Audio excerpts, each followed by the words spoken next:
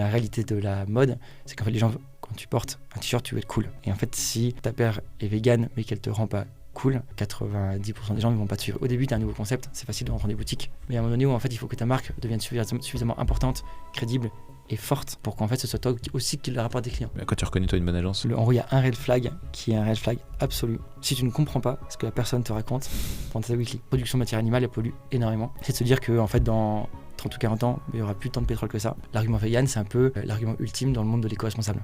Mais pour arriver à des montants qui sont plus importants sur le sale, comme beaucoup de boîtes le font, en fait, il y a un moment où il faut que tu travailles ta marque.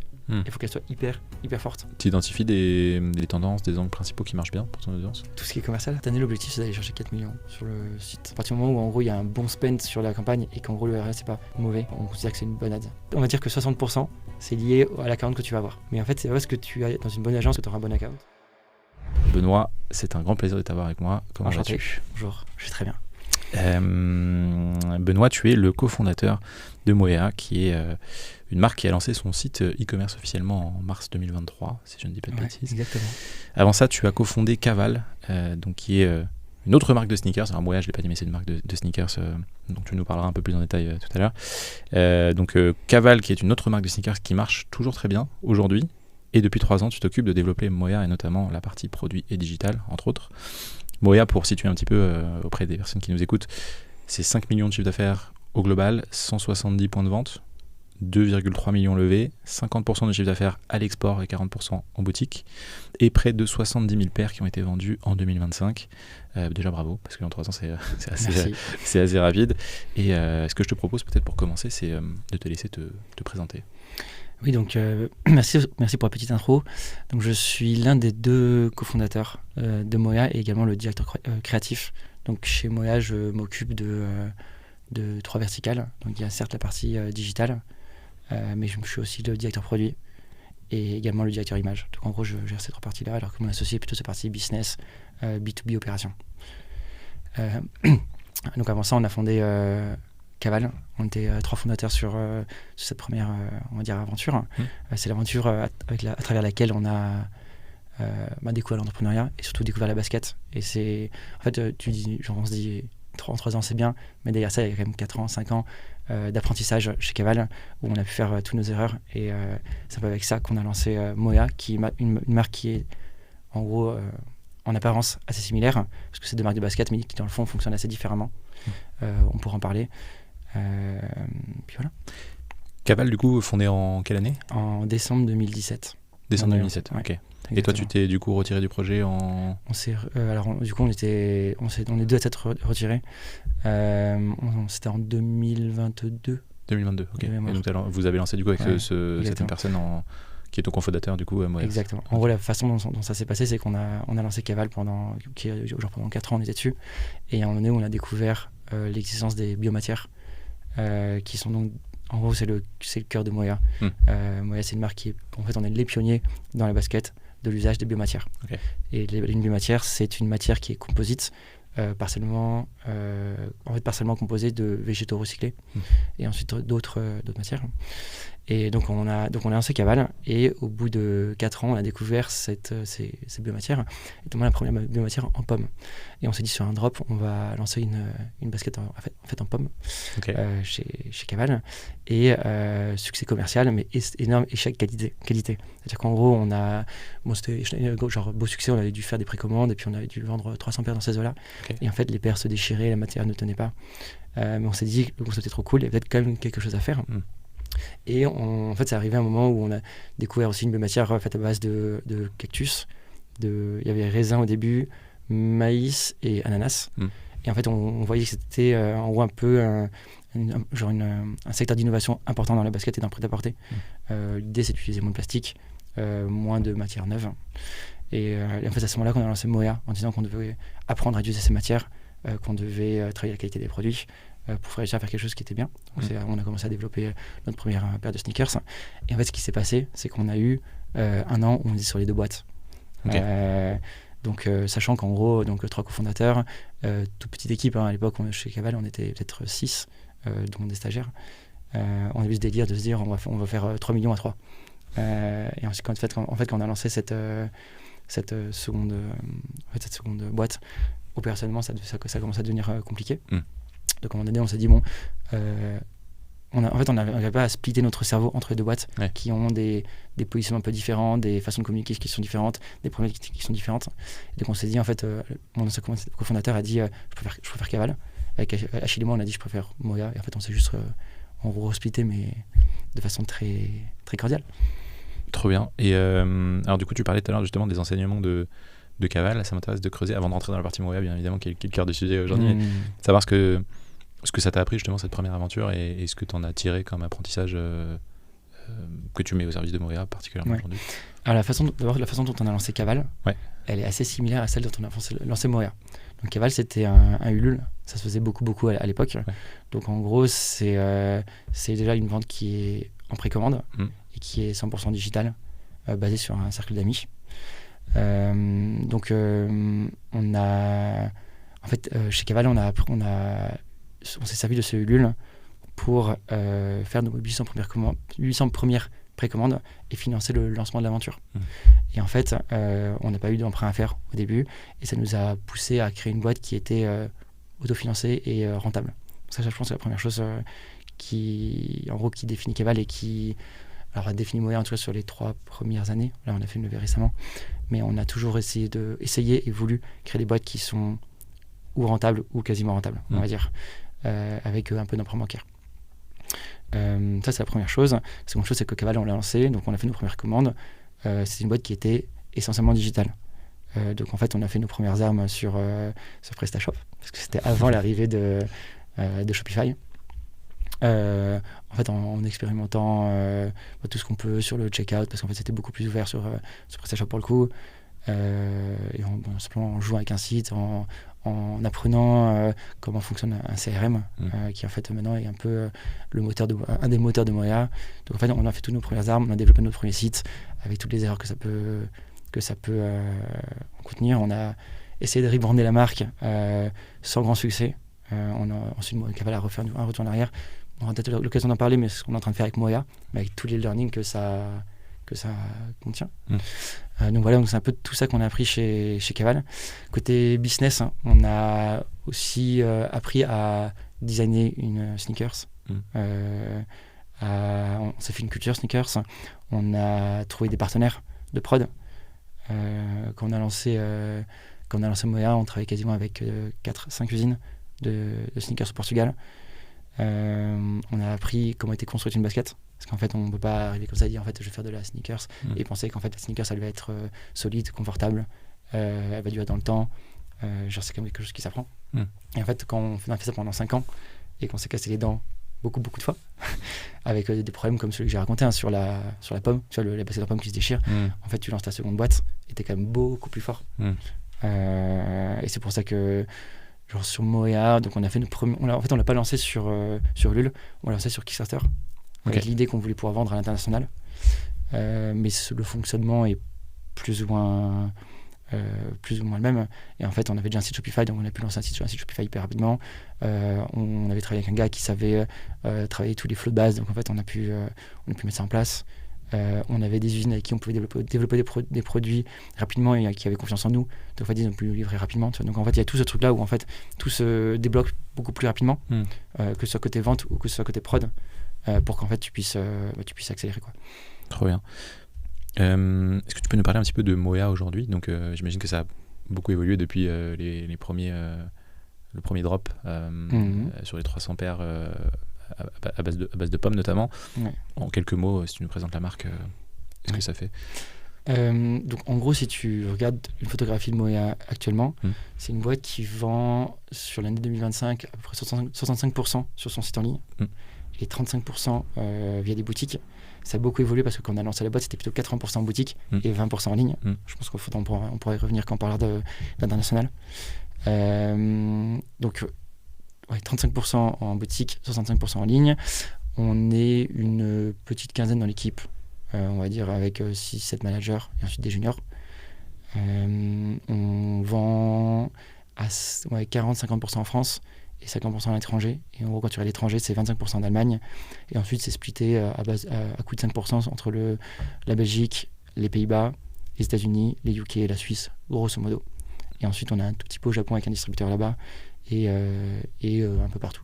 Et comment tu présentes la marque aujourd'hui Logic Moya, c'est la marque pionnière dans l'usage des biomatières, parce qu'on est les seuls à maîtriser quasiment 10 biomatières, donc des matières à base de noix de coco, de maïs, de cactus, de raisin. Et en gros, c'est ça. Ok, donc toutes vos paires de sneakers sont à base de ces biomatières-là. Exactement. Et c'est un mélange ou c'est certaines Alors, selon les matières, on n'a pas la même composition. Okay. On n'a jamais 100% de déchets. Ça varie, ça va de 35% dans celles qui ont la composition la moins intéressante jusqu'à 80%. Comme l'ananas, quand tu prends la matière et que tu la touches, tu sens la fibre de la feuille d'ananas. Okay. Et après, on a des matières hyper intéressantes comme le champignon. En fait, on n'a pas tant de champignons que ça, puisqu'on n'en a que 17%. Par contre, on a 0% de plastique. Okay. Et en fait, le champignon, c'est du déchet, donc hyper intéressant. Et derrière, en fait, il y a une sous-plaque d'eucalyptus et il y a un latex qui vient en fait solidifier le déchet de champignon, grosso modo. Et en fait, quand on mélange le déchet de champignon avec du latex et qu'on le colle sur cette surplaque, on obtient une matière qui ressemble à du cuir, en fait, qui est 100% naturelle. Et ça, c'est assez fou, quoi. En fait, le gros sujet derrière Mohair, dans le fond, c'est de se dire, en gros, la production de matière animale, elle pollue énormément. Parce qu'en gros, produire de la viande pollue énormément. C'est de se dire qu'en fait, dans 30 ou 40 ans, il n'y aura plus tant de pétrole que ça. Et quand on regarde nos baskets, elles sont faites ou de plastique ou de cuir. Donc en fait, dans 30 ou 40 ans, en fait, on disait qu'on a ce temps-là plus ou moins pour essayer de trouver des solutions. Et Moya, c'est un peu un laboratoire pour ça. Et en fait, on fait par l'usage des biomatières et par plein de petits projets d'innovation annexes aussi, qui permettent de réduire la part de plastique dans les cols, dans les mousses, dans tout ce qui compose le basket. D'où le nom Moya, Mother. Moya, c'est vraiment le cœur de la composition du basket, quoi. Incroyable. Alors, question de curiosité et de novice et de la sneaker, mais tu disais tout à l'heure que les premiers essais, il y avait des sujets de résistance, ou en tout cas de qualité sur la chaussure. Aujourd'hui, ça, vous avez réussi à le résoudre ? Ouais. En gros, alors en fait, dans une basket, il y a plein de choses qui peuvent dégrader ou améliorer la qualité. Si on parle simplement de la biomatière, il y a plein de... En fait, il y a pas mal de choses qu'on peut regarder. D'abord, toutes les biomatières n'ont pas les mêmes propriétés. Il y a certaines qui vont avoir des meilleures propriétés en flexion, d'autres en abrasion, d'autres qui vont mieux... Alors, je sais plus comment ça s'appelle, mais quand on tire la matière, qui vont mieux résister. Donc en fait, déjà, en fonction de où on positionne chaque biomatière sur la basket, on va pas avoir le même résultat. Il y a des zones, par exemple, sur la partie avant de la basket, où on va avoir vachement de plis, puisqu'en fait, quand on marche, à chaque pas, on va plier la basket. Et en fait, là, il y a certaines biomatières qui sont excellentes pour résister à ça, donc plutôt privilégier à cet endroit-là, et de matières qu'on va pas utiliser là. Donc c'est la première chose. Ensuite, il y a la façon dont on construit la chaussure, parce qu'en fait, les biomatières, c'est pas du cuir, donc on ne va pas utiliser forcément le même procédé de fabrication. Je donne un exemple, le cuir résiste très bien à la chaleur, la biomatière résiste moins à la chaleur. Donc par exemple, dans le processus de production, on va adapter toutes les machines de telle façon à ce qu'en fait, on les soumette moins à la chaleur. Comme ça, en fait, on ne dégrade pas les propriétés de la matière et on garde une résistance qui est en fait hyper élevée pendant que le client pendant tout le cycle de vie du produit. Un autre exemple, c'est que en fait, une biomatière, c'est plutôt pensé comme un textile. Donc en fait, le simple sens de découpe de la matière va influer sur la résistance de la chaussure. Ou même, on va jusqu'à l'aiguille qu'on utilise, où en fait, c'est pas les mêmes aiguilles qu'on utilise pour coudre, parce qu'en fait, les aiguilles qu'on utilise pour le cuir, qui sont celles que la plupart des usines utilisent, sont trop épaisses pour nos matières.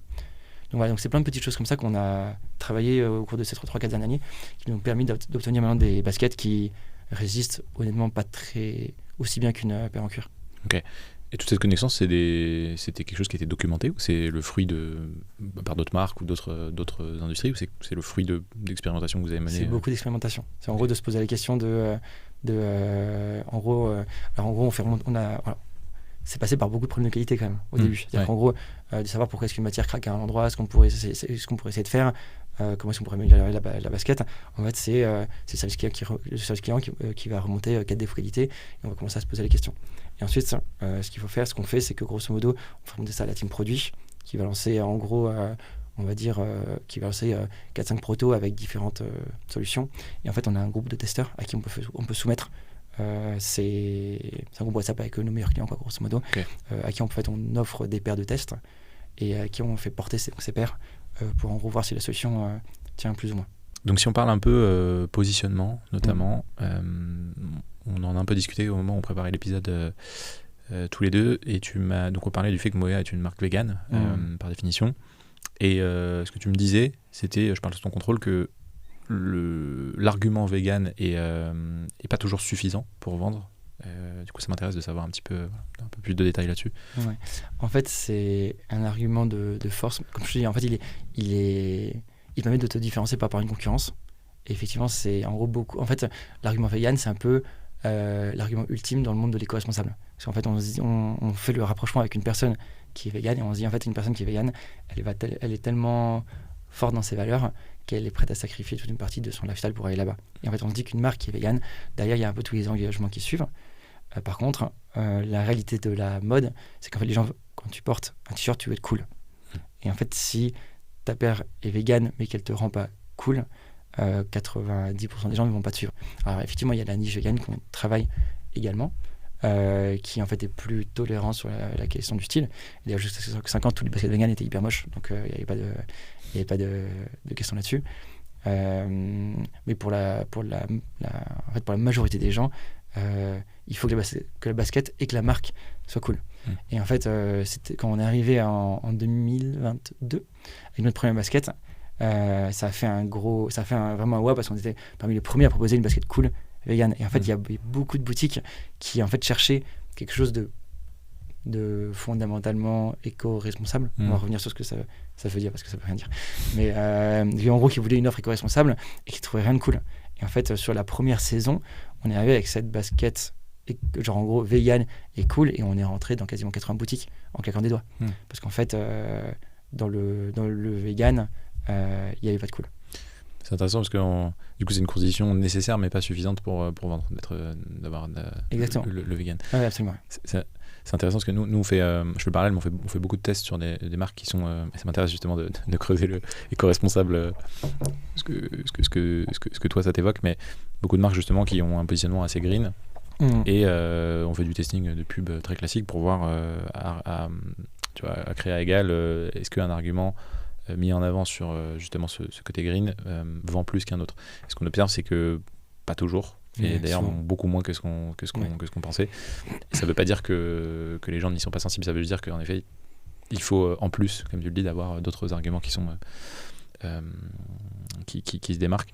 Je pense que la première chose, c'est le prix. Ouais, il y a le prix et le style.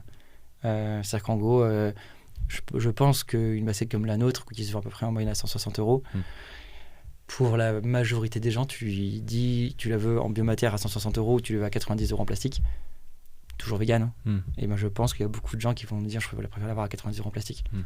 Même, alors, il faudrait voir où est-le curseur. Est-ce que c'est 90, est-ce que c'est 110, est-ce que c'est 120? Mais la réalité, c'est que le prix, le prix il a un impact majeur. Et en fait, je pense qu'il a d'autant plus un impact majeur qu'on est en temps de... Genre, on voit que les budgets des gens sont de plus en plus serrés. Et quand tu regardes le marché de la... Alors, je ne reviens pas pour prêt-à-porter, mais au moins les baskets, ce qu'on a marqué sur ces 2-3 dernières années, c'est qu'en gros, il y a tout le segment, on va dire, entrée de gamme premium, autour de 150 €. Il est un peu dans le dur. Et qu'en fait, ce qui cartonne, c'est le segment 100-120 €. En fait, et du coup, avec un gros retour aux marques, on va dire, de sneakers un peu plus traditionnelles qui peuvent produire des baskets qui sont à ce prix-là, ou alors le luxe. Mais en fait, le milieu de gamme, en fait, on dit je paye un peu plus pour avoir un truc éco-responsable. En tout cas, si c'est juste éco-responsable, ça suffit pas. C'est impossible aujourd'hui de construire une paire 100% vegan, stylée, éco-responsable et de la vendre 100 €? Si, c'est possible. Okay. C'est possible. Faut faire du volume. Alors, il y a plusieurs choses. C'est impossible en Europe, déjà. Okay. Donc, c'est possible à l'étranger. Et ensuite, à l'étranger, ou grand export, genre au grand apport. Et ensuite, à l'étranger, ça va dépendre de la typologie de matière qu'on utilise. C'est pas compliqué parce qu'une basket pour enfant, ça coûte. Genre en gros, il y a des baskets. En fait, quand on va chez Decathlon, il y a des baskets à 50 €. Je veux dire, donc le faire, c'est sûr que c'est possible. La question, c'est est-ce que tu peux avoir des matières qui sont propres, qui sont auditées, ou est-ce qu'en fait, ils vont mettre du plastique? Est-ce qu'ils vont payer les gens qui sont derrière de façon correcte? Et la réponse, elle est assez simple, pour le coup. Éco-responsabilité. en 2 mots, qu'est-ce que toi, ça te... en fait, c'est plus la question... je sais pas si elle sera bien formulée, mais en gros, comment tu distingues, tu vois, une marque qui est vraiment éco-responsable d'une marque qui est Ouais, en fait, on a... Qui tombe un peu dans le greenwashing. C'est un énorme sujet chez Moya, la question du greenwashing. Grosso modo, alors je vais donner des exemples, genre mes exemples préférés de greenwashing. Mes exemples préférés du greenwashing, ça va être des marketplaces ou des marques qui vont t'envoyer une newsletter avec un code durable. Genre le code, c'est durable 20 ou un truc genre, tu vois. Je trouve que c'est les plus beaux exemples de greenwashing parce qu'en fait, c'est des choses qui te poussent à la consommation, mais qui en fait... Alors qu'en fait, le sujet de l'écologie de nos jours, c'est de consommer moins, grosso modo. Et en fait, dans une marque comme Moya, et en tant que... avec mon cofondeur, on en a beaucoup parlé. La question, c'est comment on se positionne en tant que marque qui fait plus de 100% sur une année, et en même temps qui dit en fait on va faire des choses qui sont éco-responsables. En fait, dans le fond, ça n'a pas de sens. C'est un peu paradoxal. Ce qu'on essaye de se, en fait, et ce qu'on essaye de se dire, c'est que genre en gros une paire de Moya, en termes d'émissions de CO2, ça émet quasiment 4 à 5 fois moins qu'une paire de basket classique. Ce qu'on se dit à nous, c'est que si jamais une personne achète une paire de Moya, c'est toujours mieux que s'il achète une paire de en cuir basique de marché, tu vois. Parce qu'en fait, ça aura émis un peu moins. Maintenant, quand on parle d'approche commerciale, je pense que la bonne chose à faire, c'est d'être honnête avec son client. Limite, en fait, on en parlait pour le dernier Black Friday, parce qu'on fait Black Friday. Et on se disait, est-ce que on dirait pas aux gens, en fait, on sait que 30%, alors on vous offre 30%, on sait que c'est pour faire du chiffre, on fait du chiffre, on en a besoin, et on a besoin pour vous apporter nos innovations. Ça, je trouve que c'est un discours qui serait juste, parce que c'est le vrai discours. Je pense qu'il est cool de nos jours, parce que c'est assez... ça détonne. Et en fait, donc ça c'est un discours qui est non greenwashé, j'ai envie de dire, ou pas trop greenwashé. Un discours qui est plus greenwashé, c'est d'appeler ton Black Friday Green Friday. Ouais. Voilà. Et en fait, c'est là où tu dois trouver un peu ton équilibre. Je pense qu'il y a un vrai sujet d'honnêteté vis-à-vis du client. Ça, c'est côté vente. Ensuite, côté business, on va dire, une marque qui est éco-responsable, c'est une marque qui mesure ce qu'elle fait et qui fait en gros beaucoup de choix de business en connaissance de cause. Et je pense que c'était un des piliers de Moya au début de marque, et c'est toujours hyper important. C'est qu'en gros, toutes les biomatières avec lesquelles on travaille, en fait, on a des ACV qui permettent de mesurer l'impact de la matière au mètre carré de matière utilisée. Et en gros, à chaque fois qu'on a un produit, moi, je peux te dire, pour chacun de nos modèles, combien de kilogrammes de CO2 est émis pour produire ce modèle dans cette couleur. Et en gros, je pense que quand on développe nos connexions, en fait, on sait, avant même d'avoir produit, l'impact précis qu'on va avoir. Et on sait que, en fait, quand on va sortir une nouvelle matière et qu'on va remplacer telle matière par telle matière, ne serait-ce que ce soit sur la basket ou même dans la basket, on sait qu'on va réussir à réduire de temps l'impact d'une basket. Et là où ça devient vraiment intéressant, c'est qu'en fait, tu arrives à mettre en concurrence l'aspect financier et l'aspect éco-responsable. C'est-à-dire qu'en gros, tu te dis, voilà, si j'utilise cette matière qui est plus innovante mais qui est plus chère, ça va réduire mon impact de temps, mais ça va me coûter temps. Voilà, je pense que, genre en gros, chez moi, en tout cas, la démarche, c'est ça. Et je pense qu'une marque qui est éco-responsable, c'est une marque qui peut dire à ses clients, voilà, en gros, le produit que tu vas acheter, il pollue tant, versus l'industrie, c'est tant, et du coup, c'est bien, quoi. Genre, c'est bien ou c'est pas bien, ou tu sais ce que c'est. Et donc aujourd'hui, du coup, si on revient un peu sur le positionnement, vos clients, ce serait quoi ? C'est qui vos clients dans les grandes lignes ? C'est hyper unisexe. Honnêtement, c'est 30-40 ans. Allez, 27-40 ans, pour la plupart, unisexe. C'est des gens qui aiment la mode, mais c'est pas des fashionistas. On n'a pas encore hacké le truc. C'est en gros, on y travaille, mais genre en fait c'est toi, c'est moi, on va dire. Si on parle un petit peu de développement produit, donc toi tu es aujourd'hui encore directeur produit chez Moya. Ouais. Déjà, question, pourquoi garder cette casquette Alors c'est assez je pense que le produit, c'est 80% du succès de la boîte. C'est-à-dire qu'en gros, ce qu'on a pu remarquer à la fois de mon expérience chez Caval et chez Moya, c'est que les fois où on avait un produit qui tombait au bon moment ou à un prix qui était OK, en fait on le vend hyper facilement. Et en fait on peut faire toutes les optimisations qu'on veut sur un site, sur un CRM, etc. Si jamais le produit il est pas dingue, en fait, ou il est pas trop fort, on va dire, en fait ça va être hyper difficile de le vendre et tout est compliqué. Donc je préfère passer 80% de mon temps sur le produit et lui dire qu'en gros 20% c'est pour en gros essayer de faire en sorte que le reste fonctionne plus ou moins.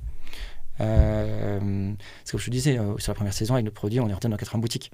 Si le produit était pas cool qu'il n'y avait pas désirables, on ne serait jamais rentré. Ouais. En fait, c'est le cœur de la machine. Et moi, je suis directeur produit. Donc, en gros, j'emprunte ma patte, on va dire.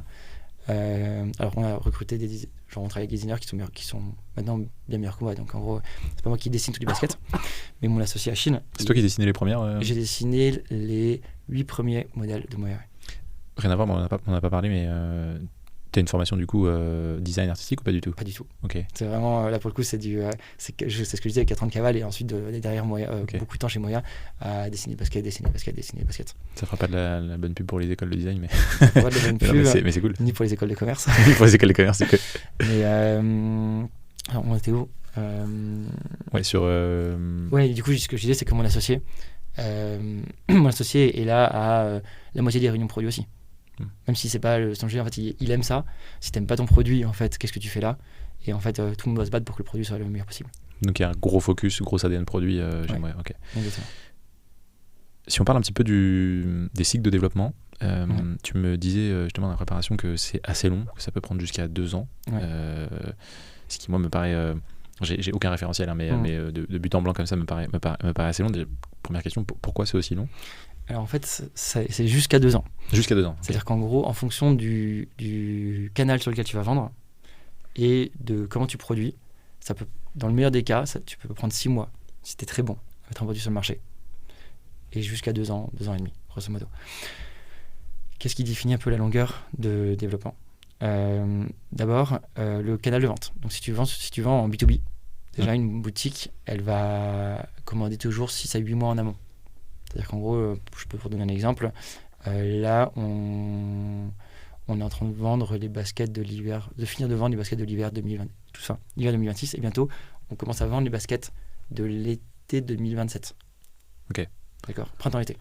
Donc en gros, de janvier dans 1 an à 1 an et demi. Mais avant ça, il faut que tu aies tous tes coloris, et il faut que tu aies tous tes coloris, pardon, et il faut que tu aies développé ton produit. En gros, et fait le design avant. Donc, en fait, c'est pour ça que en gros, il faut compter quasiment 1 an, entre 6 mois et 1 an pour ton développement, et entre 6 mois et 1 an si tu fais du B2B. Quand tu fais que en e-commerce, c'est un peu différent. Parce que grosso modo, ce que tu vas faire, c'est que tu vas sortir un design, tu as le temps de développement avec ton usine, donc si tu as une bonne usine en développement, en 2 mois et demi, tu peux le sortir. Et ensuite, si tu produis au Portugal, tu as 2 à 3 mois de prod, si tu travailles bien avec ton usine. Et si tu es en gros côté Asie, c'est plutôt 4 à 5 mois de prod plus 2 mois de livraison. Okay. Donc c'est pour ça en fait. Donc si tu produis en Europe et que tu fais du B2C, allez, en 6-7 mois, si tu es très bon, tu sors un produit. Et du coup, tu peux être hyper proche des tendances de marché. Intéressant. Par contre, tes marges, c'est compliqué. Si tu travailles en Asie et en B2B, en fait, tu as quasiment 2 ans, 2 ans et demi. Okay. C'est juste 2 façons totalement différentes de marché, avec des marges qui sont totalement différentes. Et du coup, j'imagine que ça implique quand même des contraintes en termes de planification business, en termes d'anticipation, tout ça. Je suis curieux de savoir comment ça se structure. Est-ce que tu te dis je produis maintenant pendant 1 an et demi, comment tu arrives à allier ça à des chiffres, à des projections, ce genre de choses? Les contraintes, quand tu travailles avec le Vietnam ou la Chine ou un pays d'Asie, ce qui est compliqué, en fait, la mode, ça va très vite. Et ou alors t'es cool dans la trend, ou alors t'es pas cool, t'es hors trend. D'accord. Okay. Et en fait, ce qui est compliqué à travailler à 2 ans, 2 ans et demi, c'est que tu dois te dire qu'est-ce qui va être cool dans 2 ans, 2 ans et demi. Donc en fait, à travailler sur le long terme, ça a plein d'avantages de planification, de coûts, parce qu'en fait, les baskets faites en Asie, elles coûtent 2 à 3 fois moins cher. 2 fois moins cher, on va dire.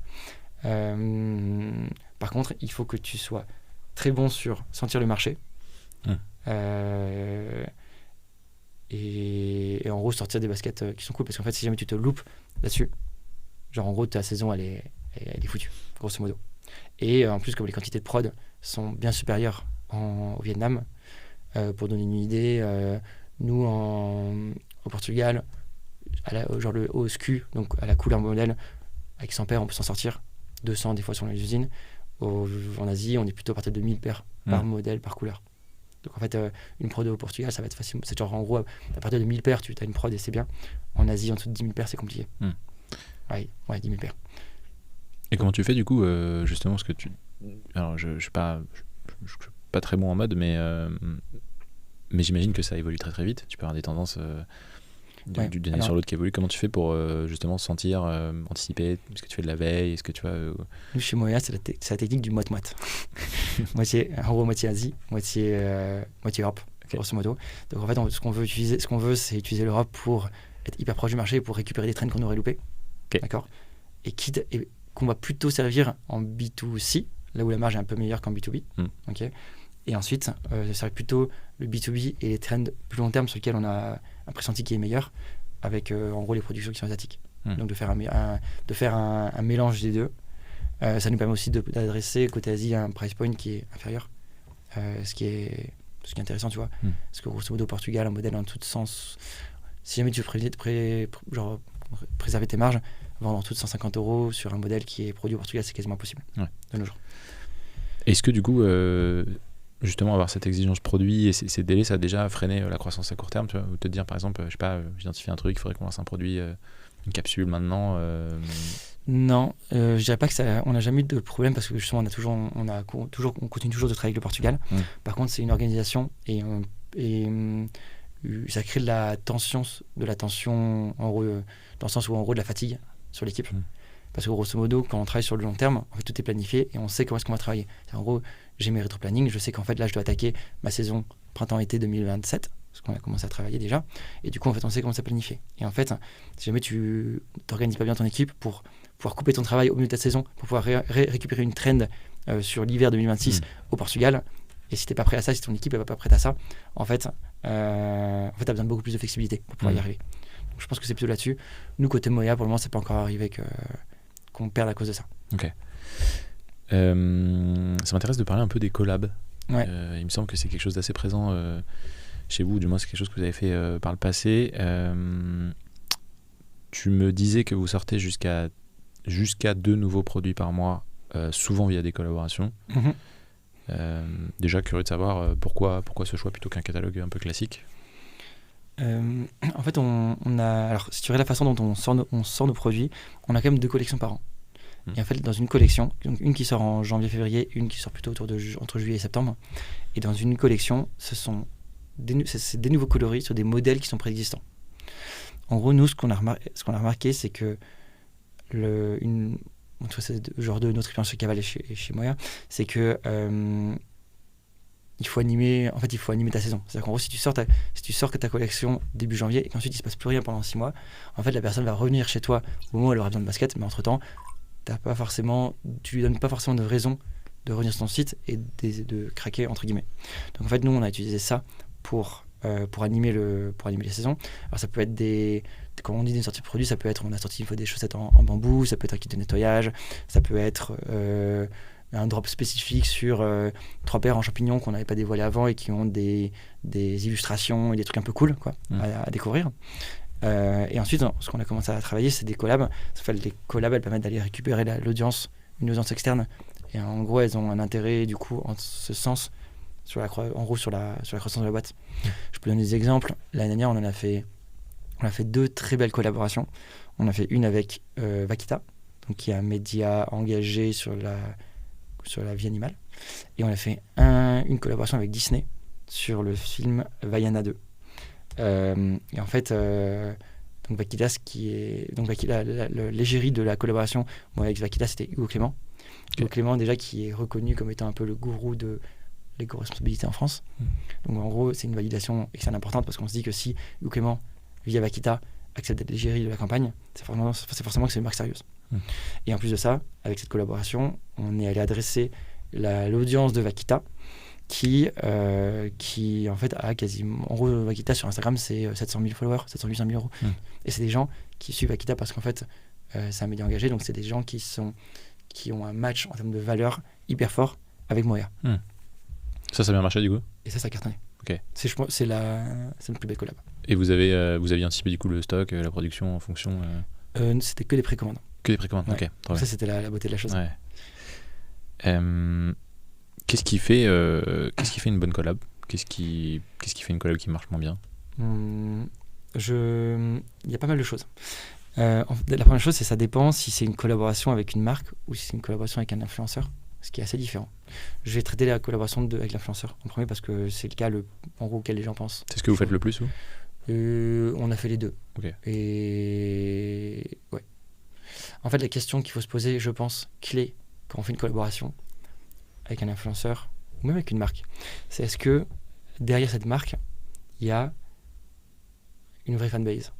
C'est-à-dire qu'en gros, je prends l'exemple, en fait, il y a beaucoup d'influenceurs qui se disent influenceurs, mais qui n'influencent que dalle. Qui disent en gros qu'il faut poser des photos, ils ont des follow parce qu'ils ont un petit contexte sympa. Mais la question, c'est est-ce que cette personne, les gens sont suffisamment ouf de cette personne pour pouvoir faire aller craquer 1000 personnes derrière ou 1000 de ses followers acheter un produit. Et en fait, c'est pas du tout donné sur Instagram. Quand je prends l'exemple, nous on a travaillé avec, genre en gros, c'était avec Vaquita, mais avec Hugo Clément. Les gens qui sont derrière Vaquita sont fous du média. Et Hugo Clément, il a un aura de dingue et il a une fanbase. Il est suivi aussi par 2-3 millions de personnes et il a une fanbase de malade. Donc en fait, c'est des gens, quand ils disent quelque chose, ils sont écoutés. Et en gros, les gens les suivent. Ça, je pense que c'est la première chose. Et c'est un peu pareil avec une marque, grosso modo. Est-ce que derrière, il y a une traction ? C'est un peu ça la question. Donc ça, c'est la première chose que je regarde. La seconde chose, c'est est-ce qu'il y a un match en termes d'audience ? Donc, je reprends l'exemple de Vaquita. Les intérêts de Vaquita sont hyper proches de ceux de Moya. C'est-à-dire qu'en gros, c'est des gens qui sont engagés pour la cause animale. Donc, on leur offre une basket qui est végane, c'est quand même plutôt adéquat. Et en plus, quand on décrit la personne Vaquita, en fait, elle est assez proche de notre clientèle à nous. Et ça, en plus, on l'a lancé en pré-Noël. Donc, ça a aidé. C'était en novembre. Toutes les planètes étaient alignées. Voilà, toutes les planètes étaient alignées. Et en fait, je dis qu'il faut regarder l'audience parce qu'en fait, même si en termes de valeur ça match, il peut y avoir un décalage en termes de produits. C'est-à-dire qu'en gros, je donne un exemple, si l'audience de Vaquita avait plutôt été des jeunes de 18 à 22 ans qui en fait n'ont pas d'argent sur leur compte, leur proposer un produit en précommande à 130 ou 150 euros, ça marche pas. Donc en fait, il faut en plus d'avoir une marque ou un influenceur qui a une fanbase hyper forte, il faut proposer un produit à cette fanbase qui va résonner. Toute dernière chose, c'est le cas des marques. On a fait à l'époque de Caval, on avait fait des marques avec des collabs avec des marques plutôt B2B. Et en fait, là, on avait un vrai intérêt parce que c'est des gens qui avaient un gros réseau de distribution. Et dans ce cas-là, c'est très différent. On est beaucoup moins sur une collab image. En fait, on peut se servir du réseau de distribution du partenaire pour en gros se diffuser sur des marchés ou dans des magasins spécifiques ou sur des audiences qu'on n'a pas encore. Des collabs un peu plus stratégiques du coup. Ouais. Enfin, avec un moins image et plus en gros c'est plus commercial, on va dire. J'allais te demander justement comment tu mesures l'efficacité d'une collab. Est-ce que c'est forcément lié au volume de vente qui s'ensuit, ou est-ce que tu as des collabs qui sont un peu plus stratégiques où tu veux juste être associé à telle ou telle personne, ou tu attends peut-être moins de retour sur investissement? En fait, chacun peut se fixer ses indicateurs. Il n'y a pas de peut-être que pour Moya, en gros, nous on a fait plein de collabs avec plein d'objectifs qui étaient différents. Typiquement l'année prochaine, là, on a une collab qui sera beaucoup plus B2B, beaucoup moins image. Donc en fait, on va regarder davantage les chiffres, on va dire. Et en fait, on dit que si on ne vend pas au moins 1000 paires, en fait, la collab est un peu un échec, quoi. Dans le cas de Vaquita, alors, dans les faits, on en a vendu beaucoup. Donc on est très content. Par contre, en fait, on a eu plein de retombées qui étaient hyper intéressantes. C'est qu'on a gagné quasiment 15 000 followers sur la collaboration, ce qui est quand même plutôt énorme. Et en fait, pour donner une idée à quel point c'est énorme, c'est qu'un an plus tard, donc on a eu Black Friday, et en post-Black Friday, j'ai envoyé un questionnaire aux gens pour leur demander d'où est-ce qu'ils nous connaissaient. Et je pense que 10% des gens ou 15% des gens nous ont dit en fait on vous a découvert via Vaquita. Un an plus tard, sur du Black Friday, tu vois. Donc grosse source d'acquisition en fait, de nouvelles baskets. Énorme sur Vaquita. Donc en gros, moi je dirais il y a deux choses, il y a ton chiffre, et ensuite il y a aussi un peu l'audience que tu arrives à captiver, et même si tu ne la convertis pas directement sur les collaborations, en fait, dans l'année, si jamais tu as bien fait les choses, tu peux les récupérer. Tu peux nous partager, alors tu n'es pas obligé évidemment, mais sur un ordre de grandeur de ce que, pour des marques qui nous écoutent ou autres, ce qu'on peut attendre d'une collab, tu vois, en termes de chiffre, de volume. Alors, je ne peux pas donner sur Vaquita, parce que en gros, ça ne dépend pas que de nous. Je ne peux pas m'engager pour eux. Par contre, nous, ce qu'on se dit en tant que Moya, c'est que si une collaboration ne fait pas 500 paires, ça ne vaut pas la peine. Parce qu'en gros, il y a quand même beaucoup de travail. En gros, une collaboration, c'est du travail de développement produit, avec des assets qui sont spécifiques. Donc ça engage toute la on va dire, team dev, quoi, grosso modo. Et surtout, c'est beaucoup de travail de gestion de projet. C'est-à-dire qu'en gros, il faut se dire que, par exemple, et derrière, ensuite, il y a la team image qui va en gros créer du contenu spécifique pour la collaboration pour avoir au moins une dizaine de contenus sur les réseaux sociaux, en CRM, sur le site, etc. Donc, en fait, ça engage toute ta boîte. Donc, si jamais c'est pour ne pas faire 500 paires, nous, on se dit, on n'y va pas. Et c'est quoi, du coup, tes critères, toi, pour choisir un bon partenaire ? Taille du partenaire. Ouais. Donc, en gros, nous, on travaille qu'avec des gens qui sont plus gros que nous. Pour qu'ils nous fassent grandir. Et ensuite, ça dépend. Ou alors, il y a un enjeu image. Tu vois, ça pourrait. Alors là, on n'a pas encore fait, mais ça pourrait être un designer qui va nous positionner d'une façon ou d'une autre. Ou alors, il y a un enjeu communauté. Ça nous permet de pénétrer dans une communauté. Ou alors, il y a un enjeu business. On pense qu'on va écouler beaucoup de paires. Il me semble que tu avais une anecdote assez drôle sur une collab avec Disney, notamment Vaiana. Ah oui. Si tu peux nous en parler. Ouais. Donc Disney, ce qui est marrant, c'est qu'on ne leur a jamais demandé de faire une collaboration. C'est eux qui nous ont contactés via notre SAV. Donc en gros, la personne qui gère ça chez eux avait une paire de Moya, elle était fan de Moya, tu vois. Et en gros, lors d'un brainstorm sur qui pourrait être le partenaire idéal pour accompagner en gros Disney sur Vaiana 2. Et en fait, ils voulaient pas travailler avec une grosse, avec Nike ou Adidas. Normalement, c'est ce genre de partenaire pour les grosses sorties comme ça. Parce qu'en fait, Vaiana, il y a quand même un enjeu d'image, parce qu'en gros, c'est une fille qui vit dans la nature, sur son île. En gros, travailler avec Nike, qui fait travailler des gens dans des conditions qui sont pas ouf, et qui utilisent des matières qui polluent la planète. C'est pas forcément hyper cohérent. Et du coup, ils nous ont contactés via notre SAV, parce qu'ils n'avaient pas le contact. Et en gros, j'avais une stagiaire qui travaillait le SAV avec moi, qui me dit il y a une fille qui s'appelle qui m'a contacté. Apparemment, elle travaille chez Disney. Je dis c'est quoi cette histoire ? J'appelle. Et en fait, ils nous ont invités dans leur bureau pour nous parler un peu du truc. Et de fil en aiguille, ça s'est fait. Énorme. Là, par exemple, pour parler de gestion de projet, je pense je peux revenir dessus, mais travailler avec un acteur comme Disney, c'est complexe. Parce qu'en fait, il y a des strates de validation qu'on ne peut pas imaginer dans les boîtes, même jusqu'à 1000 personnes, quoi, parce que Disney, c'est une machine. En fait, nous, à la fois le produit et tous les contenus images étaient validés par le siège aux US. Donc, je vous laisse imaginer le nombre d'allers-retours qu'on a pu faire pour sortir quelques visuels, etc. Ça valait le coup. Parce qu'en fait, on a écoulé énormément de paires. Par contre, si on avait fait 200 paires, mais jamais de la vie, on se serait lancé là-dedans. Ouais, c'est souvent les gros groupes, ça prend du temps. Mais moralité, toujours bien regarder ses tickets SAV. Quoi. Exactement, regarder ses tickets. Incroyable. Ouais, toujours. Pas que pour Disney. Si on parle, pas que pour Disney. Si on parle un petit peu de retail, de wholesale et d'internationalisation, pas facile à dire ce mot-là. Donc aujourd'hui, tu m'arrêtes si je me trompe, mais tu disais 40% de votre chiffre d'affaires est réalisé en boutique, c'est ça ? Ouais. Au début, c'était 80 ? Ouais. Donc vous avez commencé par les boutiques ? En fait, on a commencé par rien du tout. Quand on a lancé Moya, on a fait un Kickstarter, et en fait, la stratégie, c'était de dire, on a tant d'argent, ça devait être, je pense, 20 000 € pour lancer le truc.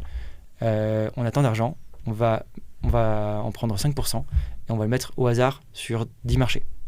Okay. Et en fait, le hasard a fait que ça a plutôt bien répondu aux US, ça a plutôt bien répondu au UK. Quand tu dis au hasard, c'est en online hein. En ads. Okay. En gros, on regardait les ventes sur le Kickstarter, on avait mis le budget, et on regardait où est-ce que ça vendait.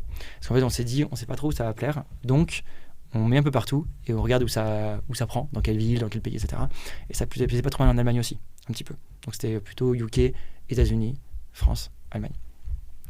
Donc on a fait ça, on a un peu poussé la chose. Et en fait, ce qui s'est passé, c'est qu'à la fin du Kickstarter, on a été repéré par...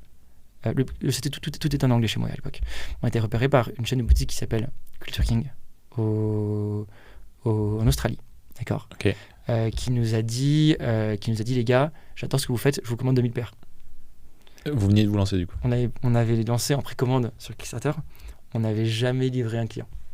2000 paires, ça faisait 200 €, il y avait quasiment 200 000 €, c'était plus de 2000 paires, c'était quasiment 200 000 € de commande, tu vois. Ouais. Et là, on s'est dit, alors non, et encore mieux que ça, on leur a dit, nous on les connaissait pas, on leur a dit vous payez 50% upfront. Ok. Ce qu'ils ont fait. Génial. Ça n'arrive jamais dans le wholesale, tu vois. Genre, tu quintuples ton Kickstarter. Exactement. Et en fait, à ce moment-là, mon associé qui gérait la partie B2B s'est dit il y a peut-être un truc à faire sur les boutiques. En gros, il a commencé à appeler quelques boutiques. En fait, les boutiques ont pris. En Australie ou dans d'autres... Non, partout. Tout là où ça avait pris partout, sur les... Okay. Les boutiques ont pris très vite.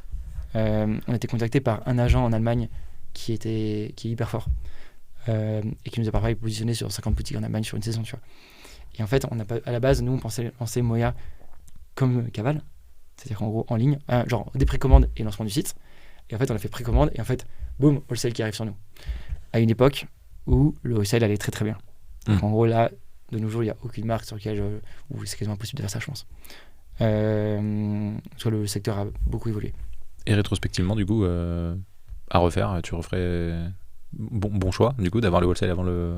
Je pense que c'est un bon choix, parce qu'en gros... Alors en fait, ça dépend de ce que tu veux faire, mais grosso modo, pour la diffusion internationale, c'était une excellente chose, parce qu'en fait, on s'est retrouvé avec plusieurs agents qui nous ont mis dans plein de boutiques au UK, plein de boutiques en Allemagne, plein de boutiques... alors en France, on le gère en direct.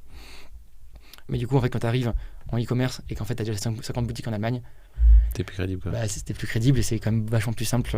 C'est vachement plus simple, quoi. Donc bonne stratégie, ouais, je trouve. Je sais pas comment est-ce qu'on aurait fait. En fait, j'ai l'impression que l'autre schéma classique, c'est de dire en fait, t'as levé des fonds, t'arrives sur un marché où personne te connaît, tu m'attraques en e-commerce. Donc en fait, ce qui est intéressant, c'est pour pénétrer un marché. Nous, on a utilisé le wholesale. Ok. C'est pour ça qu'on a fait. Et je trouve que ça marche plutôt bien. Aujourd'hui, vous voyez ça comme un levier du coup à part entière, donc vraiment faire du chiffre, ou toujours un peu comme une stratégie pour pénétrer plusieurs marchés Alors là, actuellement, notre levier de croissance, c'est le e-commerce. C'est-à-dire qu'en gros, comme je t'ai dit, on a commencé la première année, c'était 80%, mais parce que ça a une telle vitesse qu'en fait, t'as aucun site qui peut te faire en 3 mois, qui peut te faire 1 million de CA comme ça n'existe pas dans la basket, tu vois. Sauf si en fait ta mère c'est Gigi Hadid et tu communiques différemment, tu vois. En tout cas, ça n'existe pas. Collab avec elle après voir nos choses. Si elle nous entend, elle peut me contacter. Attends, redis-moi la question, pardon. Ouais, je te demandais en gros, donc aujourd'hui c'est toujours.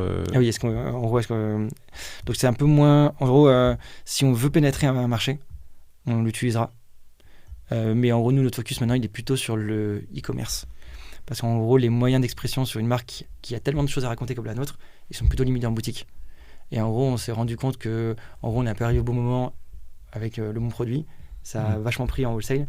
Mais en fait, si jamais tu veux vraiment raconter ton histoire, tu le fais quand même mieux en e-commerce. Donc, tu vois, là, par exemple, nous, on n'a pas d'agent aux US et on ne travaille pas la chose. Mais si un jour, on voulait vraiment attaquer les US, bon, déjà, il nous faudrait une petite équipe sur place parce qu'en gros, c'est un pays qui est particulier.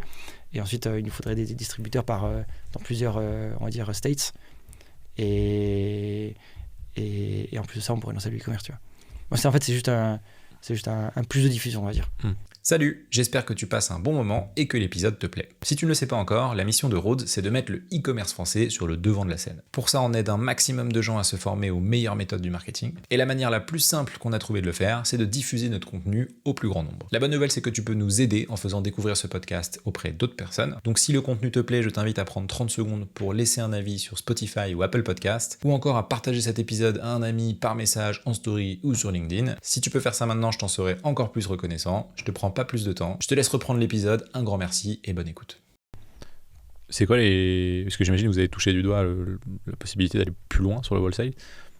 D'en faire, il y a des marques qui décident faire une marque 100% wholesale.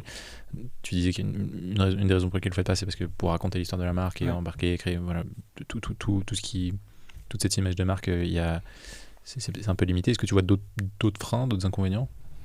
Wholesale, en fait, il y a je trouve qu'il y a sur le plateau, alors quand tu regardes un petit peu les grosses success stories de la basket, quasiment toutes, sauf je n'arrive que à citer Allbird qui était quasiment que e-commerce, mais quasiment toutes ont passé par le wholesale. C'est-à-dire qu'en gros, les boîtes qui font plus de 100 millions d'euros de chiffre d'affaires et qui vendent de la basket, c'est parce qu'en gros, à un moment donné, il y a eu une diffusion massive par les boutiques. Je vois vraiment pas trop d'exceptions. Même dans les plus grosses success stories des 10 dernières années, tu as On Running, tu les trouves partout dans toutes les boutiques. Ça veut pas dire qu'elles vendent pas aussi beaucoup en ligne. Ça veut dire qu'en gros, il y a un facteur de diffusion qui est énorme. Okay. Maintenant, quand tu regardes la façon dont ça se passe, c'est qu'au début, tu as un nouveau concept, c'est facile de rentrer dans des boutiques. Mais à un moment donné, en fait, les boutiques te disent, en gros, les boutiques te poussent, on va dire, mais à un moment donné où en fait, il faut que ta marque devienne suffisamment importante, crédible et forte pour qu'en fait ce soit toi aussi qui le rapporte des clients. Si en fait pendant plusieurs saisons tu le renvoies, il t'apporte des clients, à un moment donné ils vont te demander à Paris. Et en fait il y a un moment, je pense qu'en gros on peut faire en gros c'est facile de faire une première entrée en wholesale, Mais pour arriver à des montants qui sont plus importants sur le sale, comme beaucoup de boîtes le font, en fait, il y a un moment où il faut que tu travailles ta marque. Il faut qu'elle soit hyper forte. Pour que les gens viennent et les demandent en magasin. Les gens viennent et les demandent en boutique. Et c'est là où en gros tu switches. Intéressant. Sur l'international aujourd'hui, donc tu disais 45% du chiffre en France, 25% en Allemagne et 25% répartis sur une vingtaine de marchés, c'est ça? Donc sur l'historique de l'internationalisation, il est plus clair du coup. Pourquoi c'est comme ça? Et par contre l'Allemagne, ça m'intéresse de savoir pourquoi c'est une place aussi importante. Alors l'Allemagne. Alors déjà, pourquoi est-ce que c'est en Europe? Parce qu'en gros, les coûts le shipping en Europe, il est beaucoup plus cher, il est moins facile. Donc en gros, on travaille avec Globally, qui est un outil de l'enfer, qui permet de shipper de faire du grand export. Mais en gros, l'Europe, parce que c'est beaucoup plus facile à gérer, t'as une seule monnaie. En termes de langue aussi, tout le monde parle plus ou moins anglais. Tu vois. Maintenant, quand tu regardes au sein de l'Europe, l'Allemagne, c'est un des pays les plus riches, quoi. Première chose. Seconde chose, c'est qu'en gros, en termes d'engagement éco-responsable, c'est le pays qui est le plus avancé. Avec les pays nordiques, mais les pays nordiques, il y a zéro consommation, donc en fait, c'est pas trop le sujet. Et c'est un des pays dans lesquels tu as le plus de véganes et de végétariens. Okay. Donc en fait, naturellement, ça allait comme hyper vite. En Allemagne, tu as plein de boutiques.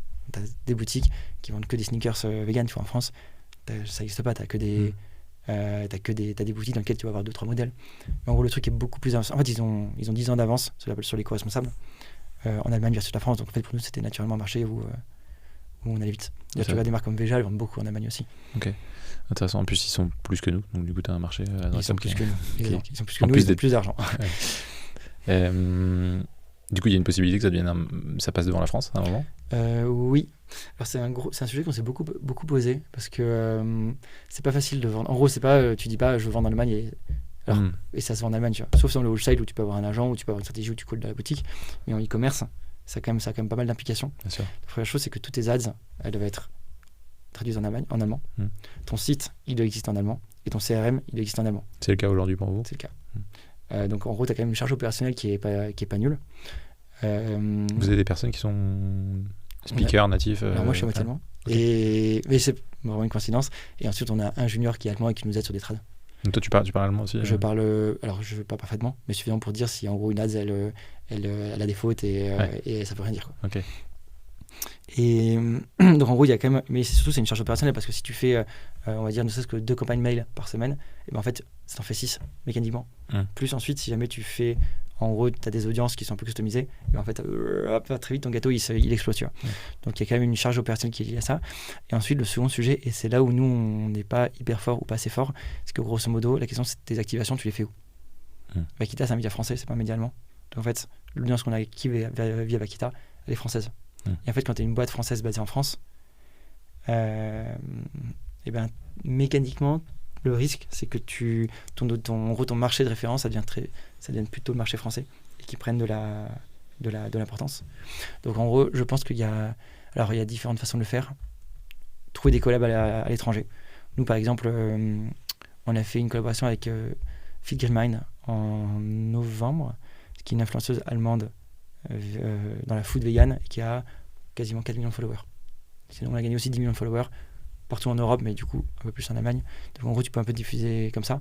Tu peux trouver un certain nombre de partenariats. L'autre option, et on l'a pas fait, mais ça serait hyper stylé de le faire, c'est d'avoir en gros des bureaux qui sont un peu plus éclatés, avec en gros des gens qui travaillent un peu en Allemagne, des gens qui travaillent un peu en Espagne, et du coup d'être un peu plus en gros ouvert sur la façon dont tu penses, décentralisé, tes idées, c'est un peu plus décentralisé. Et si du coup ce que je vous souhaite, que ça se développe, ça continue à se développer à cette vitesse-là, à un moment, la question se posera, vous optez plutôt pour quelle option? Tu veux dire entre bureaux centralisés, décentralisés, ou entre bureaux ou collab? Ouais. En fait, on peut faire à la fois des collabs un peu partout et avoir des bureaux qui sont éclatés. Et je pense que en gros, le fonctionnement le plus cool, c'est d'avoir en gros un centre qui en gros gère un peu la partie créative. Genre en gros, à un moment donné, des designers produits, il faut que les produits soient livrés quelque part pour faire ton développement. Mais ensuite, sur du commercial, sur je sais pas, de l'administratif, tu peux être un peu. Des pôles un peu par. Ouais, exactement. Okay. Intéressant. J'adore Berlin, j'adorerais partir pour aller dans un bureau à Berlin, tu vois. Trop bien. Si on parle un petit peu De la partie e-com, qui aujourd'hui est, de ce que je comprends, le driver de croissance numéro 1, 60% de chiffre. Est-ce que déjà tu peux nous poser un peu le contexte, nous donner quelques datas, alors ce que tu es à l'aise de partager évidemment en termes de chiffre d'affaires, taux de conversion, panier moyen, dans les grandes lignes. Je peux donner cette année, l'objectif c'est d'aller chercher 4 millions sur le site. Sur l'online. Ouais, exactement. Ok. Vous êtes sur Shopify? Alors on est hyper, on utilise tous les services qui nous coûtent cher et que tout le monde veut ou doit utiliser entre guillemets. C'est-à-dire qu'en gros, on est sur Shopify, on travaille avec Gorgias, Klaviyo, Email Club. Ok. Voilà. En fait, sur Thomas qu'on salue. Exactement, Thomas qu'on salue. Mais en gros, tu sais, la semaine dernière, il y avait la remise des prix. Q80, ouais. Exactement. Et ben, on travaillait avec quasiment tous les partenaires, sauf vous. Mais donc, Gorgias, on est des fous de Notion. Genre, on utilise énormément Notion. Ouais. Et de façon avancée. Ça m'intéresse qu'on discute en off, parce qu'on a des petits sujets, nous, Enfin, on l'utilise bien, mais bon, bref, on va partager avec. Je vais te montrer quelques trucs. Missive, sur la partie mailing, Klaviyo. Voilà, donc en gros, tout ce qui se fait de bien, je pense. Genre tu disais... Ah oui, quelques chiffres. Ouais, si tu veux les partager. Le CRM, on est à 35% du CRM. Donc c'est ce qui... Non, 35% de chiffre d'affaires qui passe par ça. Et en gros, côté ads, en fait, on essaie de pas trop cramer. Et en gros, on limite nos spends à 15% du CR. À 14% du CR. Ce qui est plutôt pas trop élevé. Mais c'est lié aussi au fait qu'on ait une bonne partie de la prod au Portugal. Et ça nous limite aussi dans les possibilités, étant donné que les marges sont plutôt faibles. Intéressant du coup de creuser un petit peu la partie acquise, justement. C'est quoi tes canaux d'acquisition principaux? Qu'est-ce qui drive le trafic sur le site? Alors, y a beaucoup, en gros, il y a beaucoup de bouche à oreille. Ok. Ouais. Énormément d'ads. Et nous, on est en gros 80% Meta, 20% Google, grosso modo. Donc ça passe beaucoup par ça. Et si tu devais découper sur 100% de trafic, tu dirais que tu as combien qui proviennent des ads? Tu en as à peu près 60%. Ok. Ouais, c'est ça. Ce qui est pas mal par rapport au volume de chiffres et par rapport au pourcentage de ads c'est beaucoup, Honnêtement, c'est le driver numéro 1. En tout cas, sur la partie e-commerce. Or CRM, en fait le CRM provient des ads à un moment donné parce que ou de la partie ou de l'organique, bouche à oreille. Mais grosso modo en gros le cœur du trafic qui vient des ads. Tu traques un peu justement ça pour savoir un peu d'où vient le trafic? Précise ta question. Est-ce que tu as, je sais pas, des questionnaires post-achat, des trucs comme ça pour savoir un peu d'où viennent? En fin d'achat, tu sais, on sait exactement. Okay. Ouais. D'ailleurs, quand on fait des collabs, on essaye de les rajouter pour savoir en gros si tes collabs nous a ramené du monde sur quelle période ou sur des choses. Il y a une app pour ça, je sais plus comment elle s'appelle. Il y en a plein. Ouais. Si on rentre un peu justement dans cette partie-là, tu m'avais dit que toi tu pilotais directement la partie ads avec une agence. Donc c'est toi qui est encore. C'est moi qui fais les calls toutes les semaines. Si tu peux m'expliquer un peu du coup le fonctionnement, comment ça se passe. Donc c'est pas toi qui opère les campagnes, mais c'est toi qui gère, qui drive l'agence, c'est ça? Exactement. Okay. Grosso modo, on fait un call. Avec mon account par semaine. En gros, on repasse un peu tous les actus de la boîte. En gros, il a un bon input côté créatif aussi. Ou alors lui, il voit des choses et il nous les partage à ce moment-là. Moi, en fonction de mes besoins, je lui dis, voilà, par exemple, là, on a les soldes qui commencent à ce moment-là. J'ai besoin d'un brief complet sur les soldes. Donc, en gros, il me fournit ça. Et à côté de ça, j'ai une junior qui est jeune, c'est sa première année après les études, qui est à 20% sur du benchmark aussi, et ensuite qui est aussi sur la production de contenu plutôt vidéo. Et donc elle gère plutôt la partie vidéo, UGC, et ensuite je travaille avec, en gros on a une petite équipe image avec une DA un peu senior et plusieurs juniors, et en fait c'est eux qui gèrent la partie statique. Et avant j'avais aussi un prestat externe qui faisait du motion, et d'ailleurs qui est très bon. Si tu veux le citer, tu peux. Ouais, Nicolas Bersuy. Voilà, vous pouvez le contacter. Qui est très bon et qui gère en gros. On a une trois verticales, on a la statique, le GC et le motion. Et en gros, c'est avec lui. En gros, on faisait une journée de travail par semaine et c'est moi qui montais les briefs pour lui. Okay. Et en gros, il faisait le mercredi, en gros, 2 motions déclinés en 3 langues tous les mercredis. Tu m'avais dit aussi, c'est intéressant, je trouve qu'on on n'entend pas suffisamment de retour d'expérience de marque là-dessus, mais tu as travaillé avec beaucoup de mauvaises agences. Alors, Ouais. on va pas citer de nom, Oui. mais par contre, ça m'intéresse de savoir quelles erreurs reviennent, à quoi tu reconnais toi une bonne agence, vu que de ce que je comprends aujourd'hui, ça se passe plutôt bien. C'est quoi un peu les conseils que tu peux donner ou ce que tu as observé avec le temps? Alors moi, en gros, il y a un red flag qui est un red flag absolu. C'est si tu as l'impression, si tu ne comprends pas ce que la personne te raconte pendant ta weekly. Si tu ne comprends pas ça, c'est-à-dire qu'elle-même ne comprend pas très bien ce qu'elle fait, et donc il faut absolument partir. Et ça, c'est quelque chose que j'ai marqué avec toutes les... En fait, ce qui est assez marrant, c'est qu'il y a un moment donné où la personne te raconte des trucs tellement complexes que tu viens te demander si elle est très forte et que c'est toi qui comprends rien, ou si elle te dit des choses vraiment complexes qui sont savantes, et en fait, c'est jamais le cas. Parce qu'en fait, je trouve que dans les ads, il y a quand même beaucoup de bon sens, in fine. En fait, quand on réfléchit les choses, une ad, elle fonctionne bien parce qu'elle a un bon hook, qu'elle a un message qui colle à la personne à qui tu le montres. Je veux dire, dans le fond du fond, c'est quand même c'est simple. Et ensuite, il y a que la personne dont on structure ses campagnes, mais si la personne ne sait pas te raconter comment elle a structuré tes campagnes, c'est quand même hyper compliqué. Donc en gros, moi, mon red flag, c'est ça.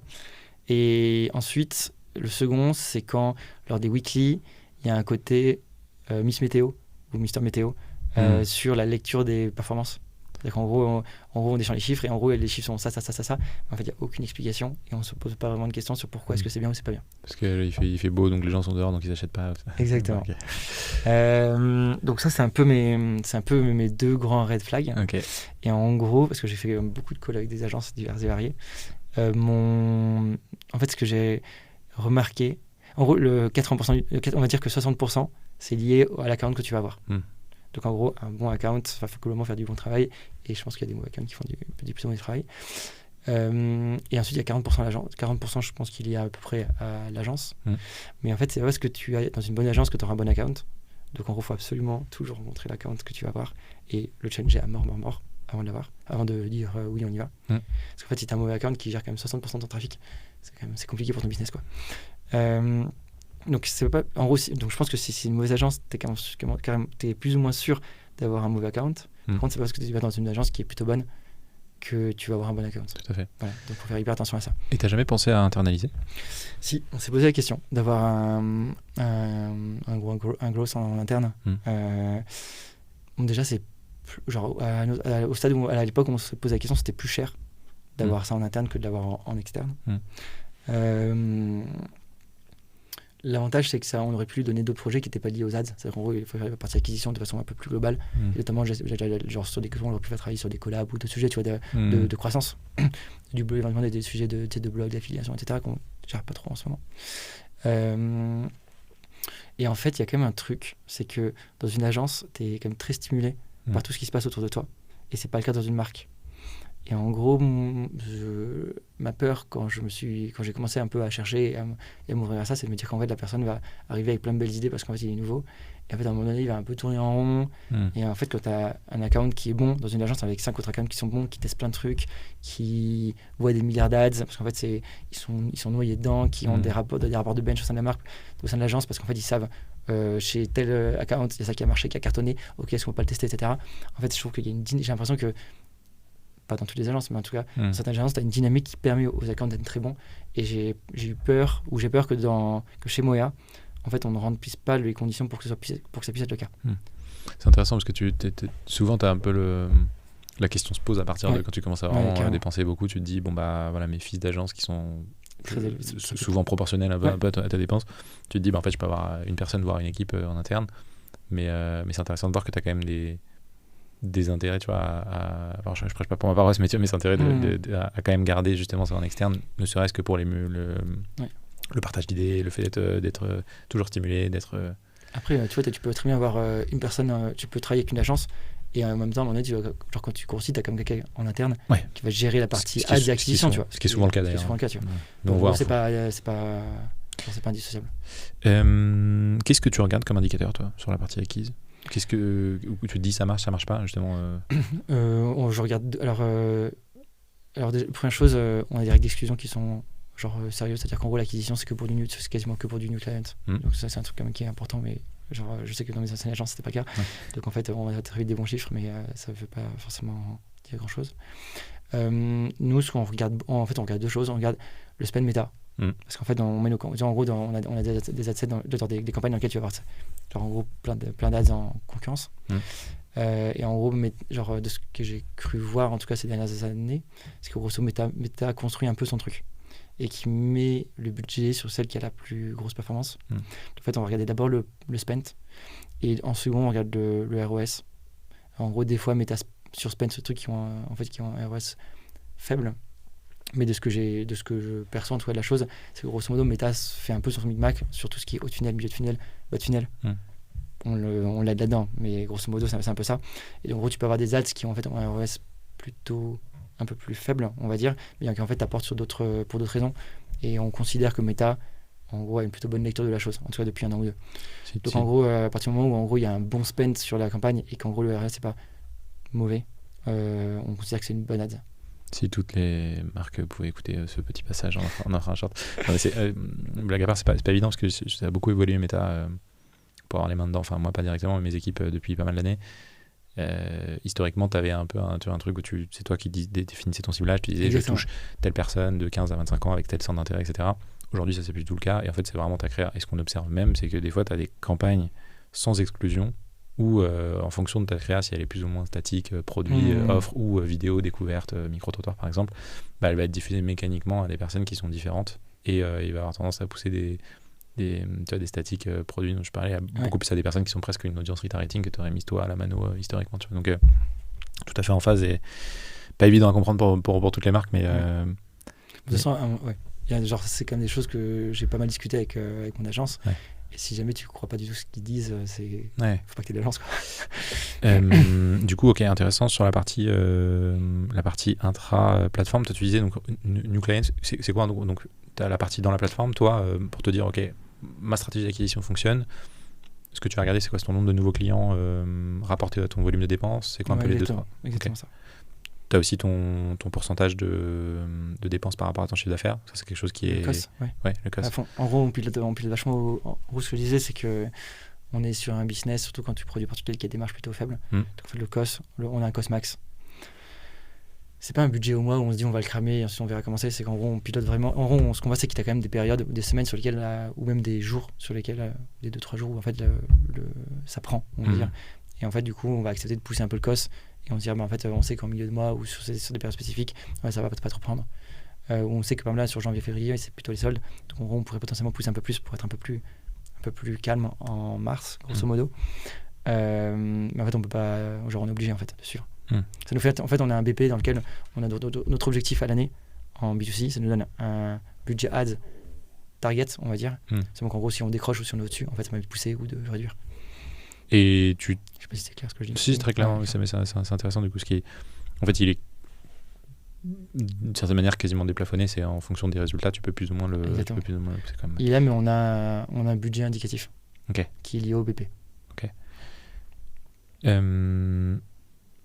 Sur la partie créa, qui est du coup un gros focus de ce que je comprends, particulièrement ce qui m'étonne pas avec 80% du spend qui passe sur Meta. Il me semble que tu as du coup utilisé une personne en interne 80% sur donc 20% sur du benchmark et 80% sur la prod, c'est ça? Ouais, alors elle fait mal de choses aussi parce qu'elle aide un peu sur du contenu organique, parce qu'en gros elle a une bonne présence, donc on aime bien quand elle apparaît un peu sur Insta, etc. Elle fait mal de choses, mais globalement c'est ça. Et qui s'occupe justement de toute la partie idéation, création de rédaction de concepts, ce genre de choses? Ça t'aide aussi. Ok. Ouais. Mais c'est genre, on n'est pas je vais être honnête, on n'est pas les meilleurs sur la partie UGC. On a encore beaucoup de progrès à faire. Mais oui, c'est elle. Ok.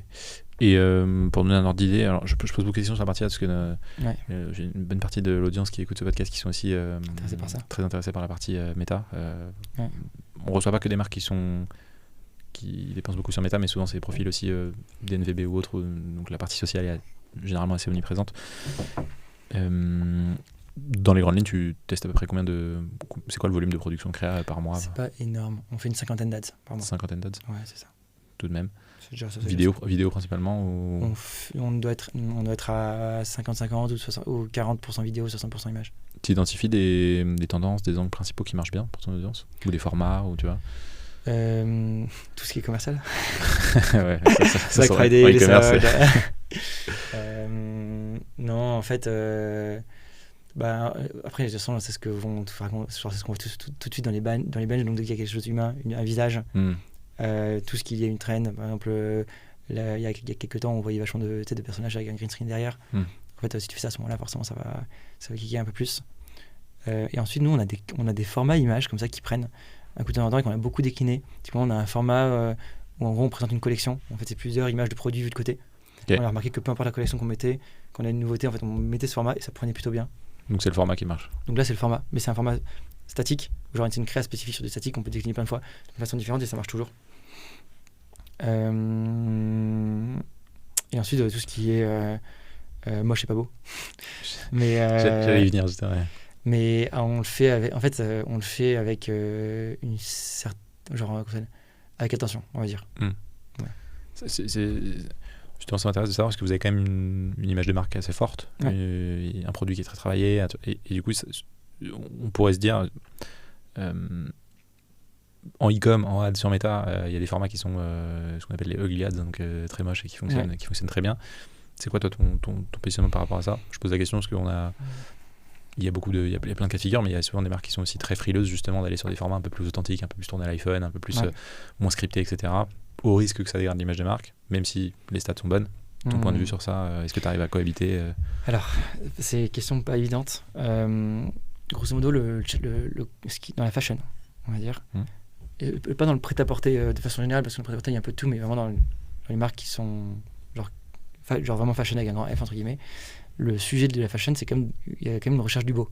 C'est qu'en gros, les gens passent un temps de malade à faire la plus belle sneakers, à faire le plus beau t-shirt pour que tu sois le plus cool, justement. C'est un peu le cœur du sujet.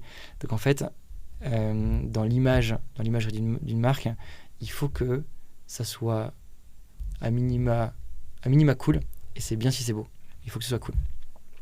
Et en fait, moi, ce que je fais beaucoup, c'est en gros quand je scroll sur Insta, ou quand je fais un peu de bench, en fait, des fois, je sais pas si, genre, des fois, je m'arrête sur des créas, et je sais que notamment, il y a un gars qui a lancé une boîte de sneakers aussi, qui s'appelle Flower Instincts. Et en gros, je scroll là-dessus, et en gros, je m'arrête, et c'était une vidéo basique, filmée à l'iPhone, et en fait, je vois la vidéo, et je me dis, c'est cool, et ça me donne envie d'aller creuser, d'accord ? Et en fait, ce que j'ai remarqué, c'est que, grosso modo, en fait, c'est pas genre la façon dont c'est filmé importe pas tant que ça. Ce qui importe plus, c'est plutôt le sujet. C'est-à-dire qu'en gros, tu peux filmer de façon très, très belle et léchée une chaussure pas belle, ça sera pas cool. Si tu filmes de façon brute une photo, une basket qui est canon, en fait, c'est cool. Parce qu'en fait, les gens veulent des baskets qui sont canon. Et de la même façon, en gros, tu peux avoir une prod de ouf sur quelqu'un qui est... Alors, j'aime pas trop le thème, pas à l'aise à l'oral, ou en gros, qui va être un peu awkward à la caméra. En fait, ça va pas marcher. Alors qu'en fait, un mec qui est hyper stylé, ou une fille hyper stylée, qui prend son téléphone, qui va te parler d'un produit de façon hyper naturelle, en fait, ça inspire quelque chose de cool. C'est un peu comme ça que je le vois. Donc en fait, pas trop peur de l'iPhone sur le principe. Par contre, faut avoir la bonne attitude derrière, quoi. Petite anecdote, je connaissais bien Flower Instincts puisqu'on travaille avec eux, et Shafik, du coup, c'était Shafik qui apparaît sur pas mal de vidéos. Tout à fait. Il fait là, il sort une petite série de c'est qui m'avait dit qu'il travaillait avec... J'ai rencontré là pour la première fois du coup au Q4. Exactement. Et il travaille avec vous. Et là, il lance une petite série de contenu justement organique pour parler un peu des coulisses de la marque, etc. Facilement, ces contenus sont trop cool, je trouve. Il fonctionne bien, ça humanise.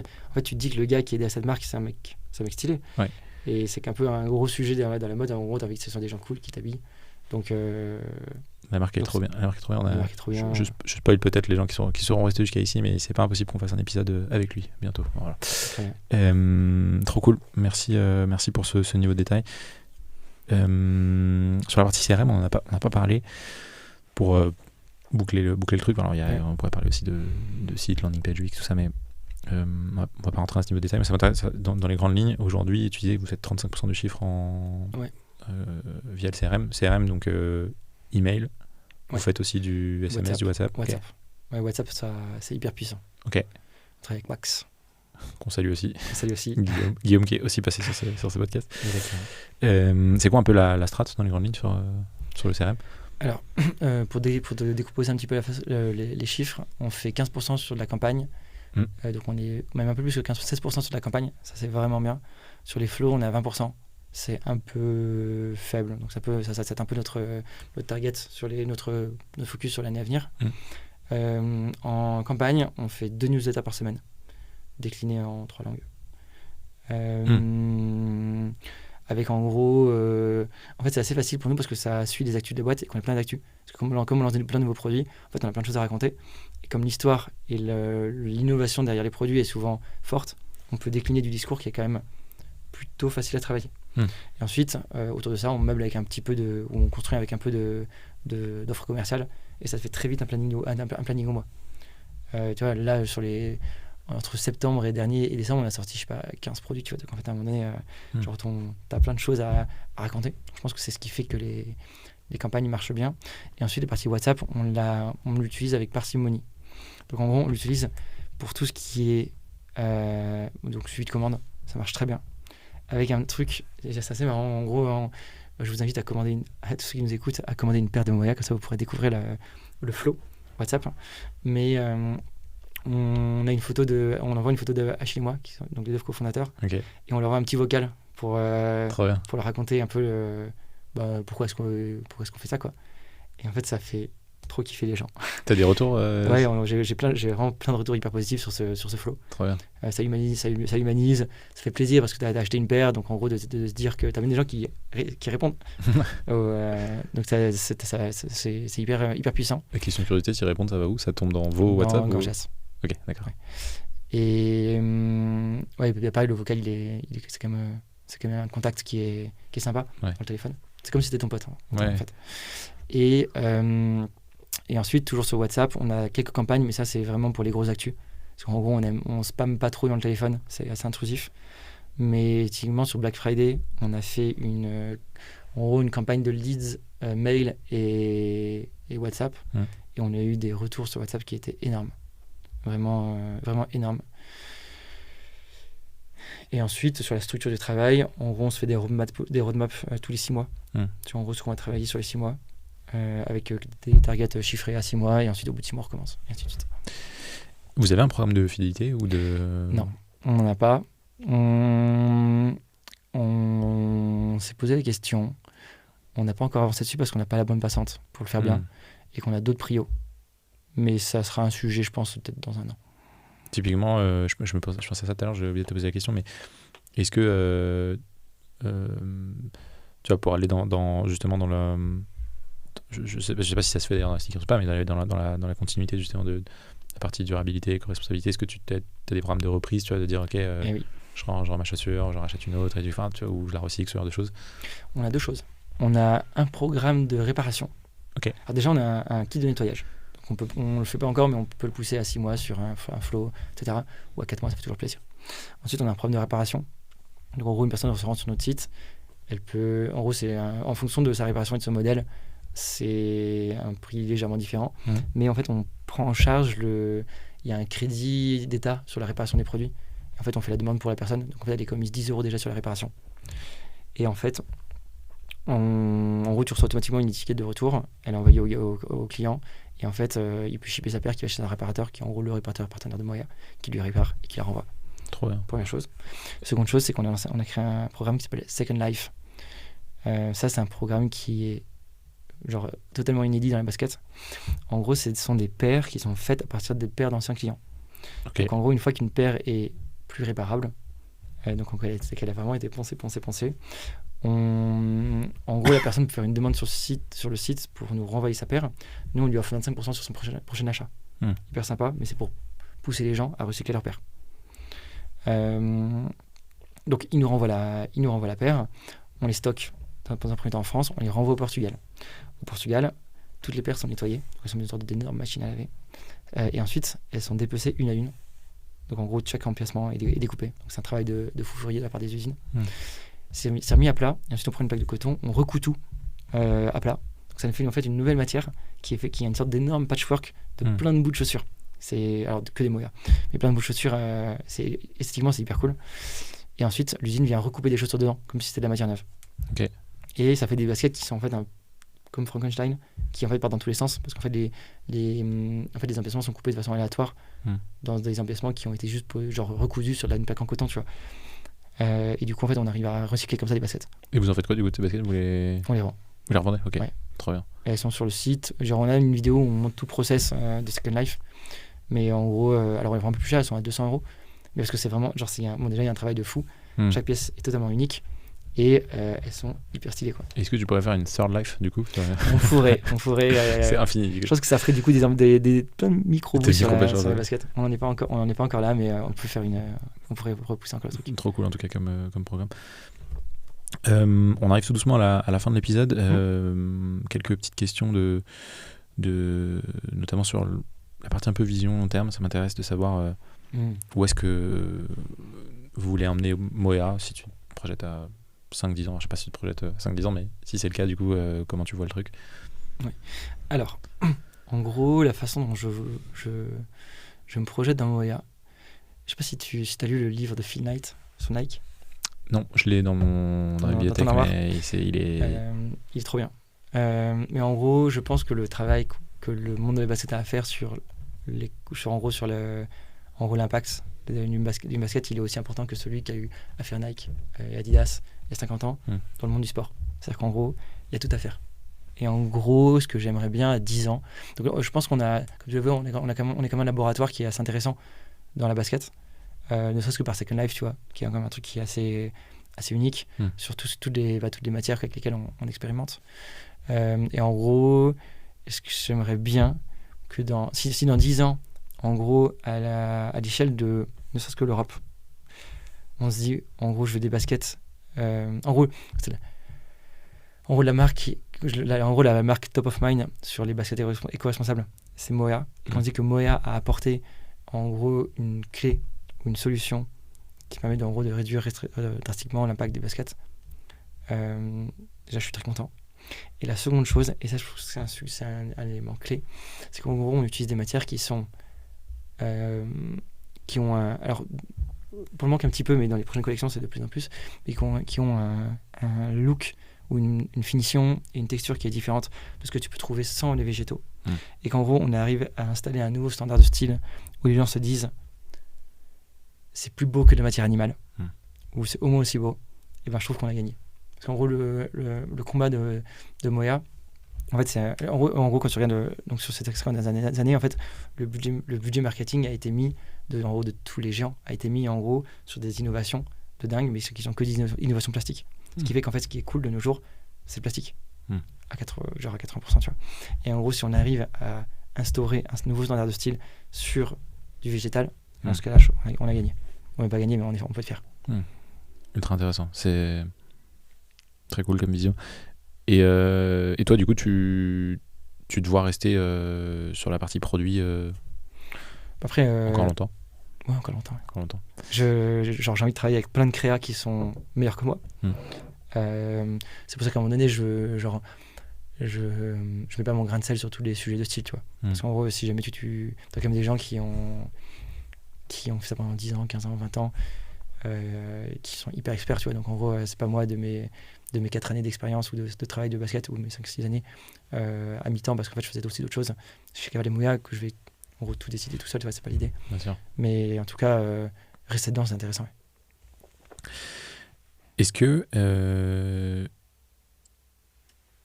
il y aurait quelque chose que tu ferais différemment si tu devais reprendre l'histoire Moea, ou pareil? Ouais, je pense qu'il y a un truc que je ferais différemment. En gros, là, on va rebrander la marque dans un mois à peu près. Donc ça sort dans un mois, ça fait 1 an et demi qu'on travaille dessus.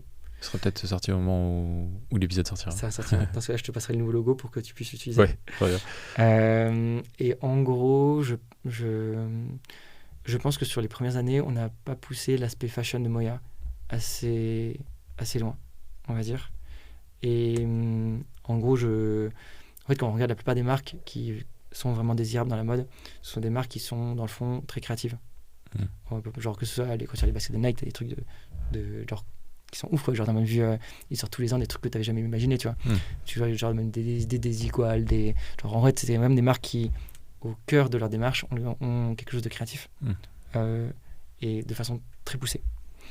Et en gros, je pense que j'aurais davantage poussé cet aspect-là. Tu vois, en gros, je te parlais du logo.